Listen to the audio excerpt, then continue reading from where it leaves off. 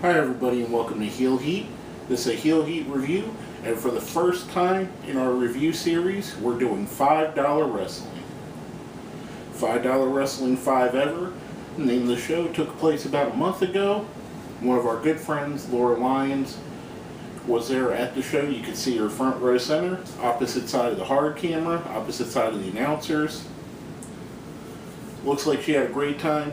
Let's jump right into it. Now, we're going to preface this. I don't know if you haven't seen $5 Wrestling before. It's not like any other wrestling company in America or anywhere else for that matter. It's almost like Mystery Science Theater meets pro wrestling. You got Marty DeRosa and Colt Cabana on commentary, pretty much keeping it funny and fun, as well as the wrestlers in the ring doing the same thing, putting out just a good, fun product. Are you going to see Malenko versus Guerrero Classic on $5 Wrestling? No. But you're going to see a lot of fun. It's a great show, and it's a great wrestling company for family events. The price is right. Whether for the DVD or the video download, it's $5. It easily explained why the name of the company is $5 Wrestling, but you get that, you get the right price, you get good, clean, wholesome fun, then just comedy that's good to laugh at, stuff that most of the major companies don't do right. Now let's go right into it. We have our first match of the night, Jeff the Hitman Hart versus Storm Maverick. As you can guess by Jeff's name, he kind of has a pattern himself after Bret the Hitman Hart. Good match. Jeff Hart's one of the people to really look forward in this company. Has a real charisma, a real good heel presence.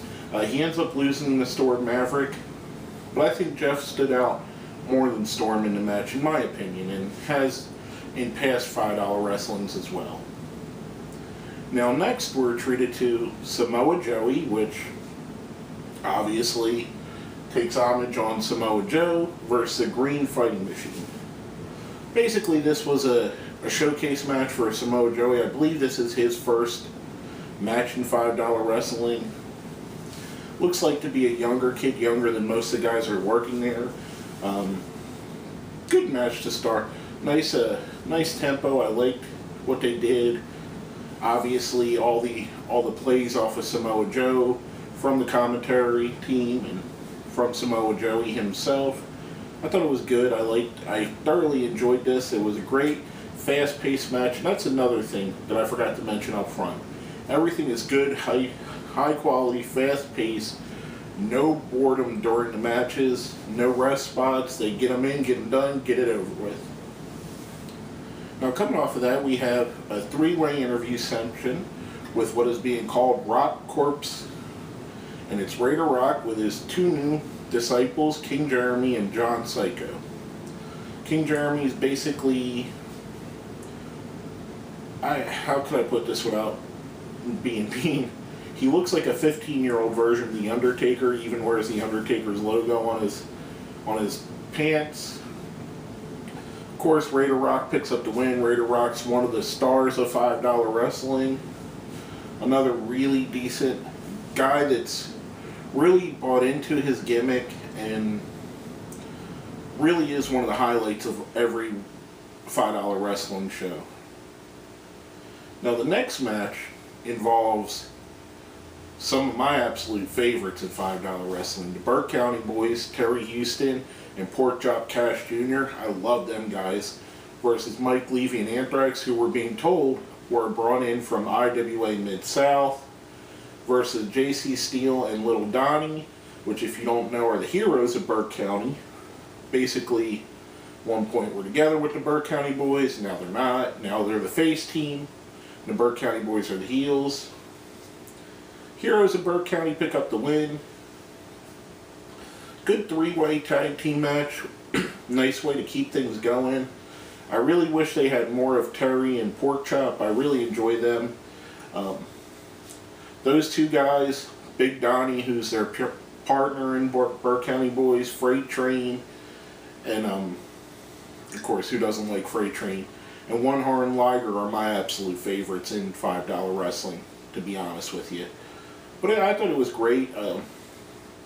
Good match. You got to see a little bit of the hardcore in this. Not too much where it's overly bloody and violent, but just enough to keep you like an old school wrestling show. If you remember shows from the 80s, if you're old enough to remember shows from the 80s, there'd be one of these bloody matches in every show. Coming off of that, with the violence in that, we go to our intermission, which they stay ringside with Colt and Marty. They interview various wrestlers, talk about the promotion, read some tweets live on the air. I thought that was a pretty cool thing for them to do. Marty and Colt, if you don't know who Marty DeRosa and Colt Cabana are and you're a wrestling fan now, stop watching this video right now and go find their podcast, Wrestling with Depression, and The Art of Wrestling with Colt Cabana, and just listen to these guys. The knowledge and the excitement and the enthusiasm that they bring to this show and everything they do brings you in, and it makes you remember why you're a fan. Now, speaking of fans, we had the Portland Phantom, you like that segue, versus One Horn Liger.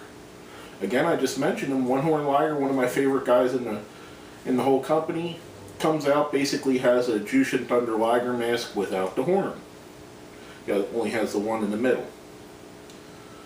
Good match. Portland Phantom picks up the win. Again, it's not necessarily wins or losses. It's how you carry yourself. I thought this was a very entertaining match. One Horn Liger seems to be the quote-unquote cruiserweight luchador of the group. But I always enjoy it. I enjoy his gimmick. I enjoy everything about how they do this.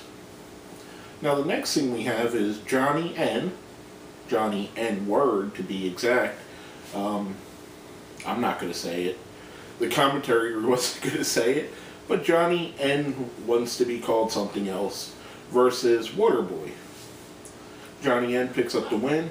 The faster we could get away from that match and stay away from controversy, the better. I thought it was a little bit funny how they worked that in. And, obviously, it's a joke. It's not anything to be taken serious, people. But it worked really well. Decent match again. And next we have up Cornbread and Red Solo Cup, two fan favorites, of course, as you can tell by their name, wrestling as a Southern style gimmick, versus Dynamite, another fan favorite, and Prince Charming Chaz. Dynamite and Prince Charming Chaz pick up the win. I thought this was a good secondary to a main event match. The crowd that was there was really into it, and the thing of it is they kept building and building on it. Every match was a little bit better than the last match and a little bit more exciting, and it kept your interest and it kept you going all the way through, and that brought us all the way up to our main event of the night, Freight Train versus Big Donnie, the immovable object versus the unstoppable force, the match that all $5 wrestling fans have been waiting for. You got the biggest face of the company, Freight Train, a guy that, how can you not love Freight Train, versus Big Donnie, the biggest heel in the company, who, how can you not hate Big Donnie, which, actually I don't hate Big Donnie, I'm a big fan of his. I think he's a really good wrestler, and I love his gimmick, and I love him. He's a great guy, actually, outside of wrestling, but we're not going to let that get into his gimmick. It gets to a point, the referee gets knocked down, out comes Jake Manning, which, if you don't know, backstory is Jake Manning and Freight Train used to be best friends. Jake turned on Train.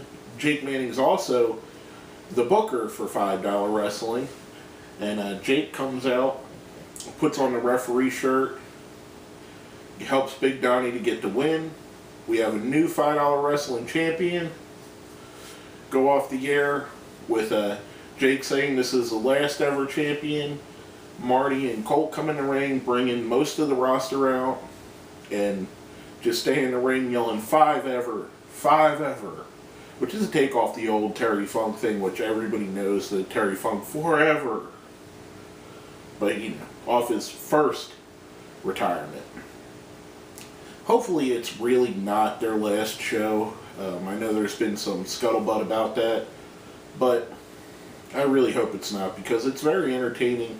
Like I said, for $5, you could get the digital download or the iPay-per-view or even the DVD if you're like me and you'd rather have the DVD. The reason I got the DVD is I really wanted to get it, especially since I knew that one of my friends was there live. I wanted to be able to sit there and pause and pick her out. Luckily, she's front row center and you could see her the whole time, and I didn't have to even pause it to see her, which was Laura Lyons, who you all know from the IWX show, one of the co-hosts there. Great person, great wrestling show, nothing but fun and excitement. I definitely recommend this to those of us that are around my age. I'm 36 years old. A lot of people around my age have kids, and you want to get your kids watching wrestling because it's something that you're interested in, but you don't want them to watch WWE because of some of the things they do there, or TNA because of a lot of the things they do there, which push the envelope a lot more. This is straight fun where you can get into it, you can watch it, you don't have to follow storylines, you can just have a fun night. $5, you put it up on your computer. You know, most of us have a laptop or something that we can hook up to a television, put on your television, $5, watch it with your kids, have fun, just have a good fun time at wrestling like we used to have in the 80s and early 90s. I know a lot of people are very derogatory towards that time, but it was fun, and it's what turned most of us into wrestling fans. And this brings us back to that. It adds the Mystery Science Theater aspect into it. And altogether, it's just a great, fun product. I don't know how many times I've said fun during this show, but I guarantee if you watch every episode of Heel Heat from here out, and there's 200 and some, I guarantee you don't hear the word fun as much in all of them put together as you do on this. This exactly what it was. It's $5 wrestling. And this was the show that started the Gunner controversy, where Gunner basically ripped $5 wrestling. It's not for everyone. Gunner should know better. Some of these guys helped break him into the business. Big Donnie and Terry Houston specifically helped break him in, and very disrespectful in my opinion. You could have easily just ignored it, Gunner, and let him go. They're a different market than what you do. They're not competing with TNA, they're not competing with Ring of Honor, they're not even competing with, Pro Wrestling Guerrilla.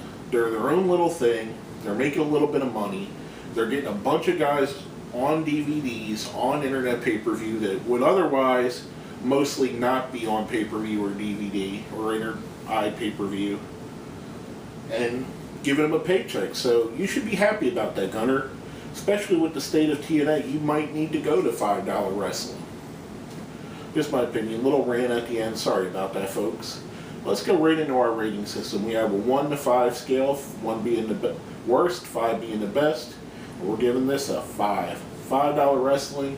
First review gets a 5. Thoroughly entertained by it. I fully enjoyed it. Again, the word again, fun. Just a fun show. Family-oriented, something for everybody. You could get from the 7-year-old in your crew all the way up to the 50-year-old, 60-year-old, 70-year-old. This is something you could take your dad, your grandparents, your kids, and you can all sit around and watch wrestling just like I used to do. I used to sit and watch wrestling with my stepdad, and we used to watch it every week, and he would watch it with me, and that was some of the best times of my youth and my childhood, and this is $5 wrestling brings it back. But basically, that's all I have to say about that. My name is George Coles, and this has been another Heel Heat review.